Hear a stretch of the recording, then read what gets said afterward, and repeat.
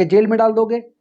इसी प्रकार की एक घटना हरियाणा के एक गांव से आई है। रजत कंसल एक वकील हैं जो सामाजिक मुद्दों पर अक्सर जूझते नजर आते हैं, और ये घटना हरियाणा के अंदर भाटला सामाजिक बहिष्कार का मैटर हुआ था।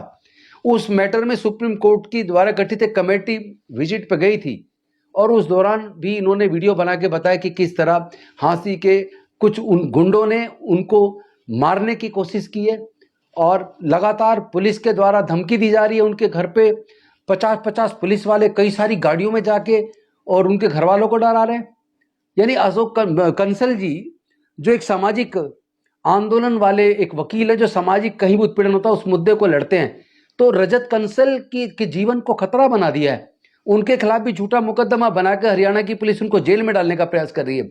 तो क्या भारतीय जनता पार्टी की सरकारें सत्ता के गुरूर में ताकत के दम पर पुलिस या तमाम जांच एजेंसियों का इस्तेमाल करके दलितों को, पिछड़ों, आदिवासियों को इस तरह उत्पीड़ित करेंगी, उनके खिलाफ झूठे मुकदमे बनाएंगी, उनको जेल में डालेंगी? तो मैं पूछना चाहता हूं, क्या बीजेपी की सरकार दलितों से कोई बदला लेना चाहती है, या उन पे झूठे मुकदमे बनाकर उनको जेल में डालकर आखिर वो क्या दिखाना चाहते हैं कि वो दलित विरोधी है? हम तो सुना करते थे आप संविधान विरोधी और डॉक्टर बाबा साहेब अम्बेडकर का भी आप अपमान करते हो, क्योंकि आप ही किससे जुड़े हुए लोग ग्वालियर के अंदर डॉक्टर बाबा साहेब अम्बेडकर की जो प्रतिमा लगने वाली थी उसका विरोध कर रहे हैं, और विरोध करते वक्त जय श्री राम का नारा लगा रहे हैं। तो क्या ये भारतीय जनता पार्टी ने खुली छूट दे दी है ऐसे गुंडों को कि आप जानबूझकर जो दलित विद्वान है या दलित जो चिंतक हैं या जो दलित मुद्दों पर प्रखरता से लड़ते हैं या जो उनके वकील हैं, आप उनकी आवाज को दबाने के लिए उनके खिलाफ झूठे मुकदमे बनाएंगे?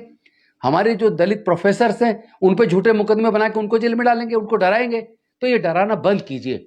और मैं पूरे समाज से भी एक बात करना चाहता हूं, खासतौर पर SC ST OBC के लोगों से जो बीजेपी को अभी भी, जिसमें से कुछ सेक्शन बीजेपी को वोट देता है, कि क्या उन्हें अभी भी बीजेपी के साथ जुड़ा रहना चाहिए? क्योंकि जहां दलित अत्याचार की बात होती है तो आप अगर अत्याचार के खिलाफ बोलेंगे तो ये आपको डराएंगे, धमकाएंगे, आप पे झूठे केस बना के जेल में डालेंगे। तो आपको खुद तय करना है कि ऐसी पार्टी के साथ आपको जोड़ना चाहिए क्या?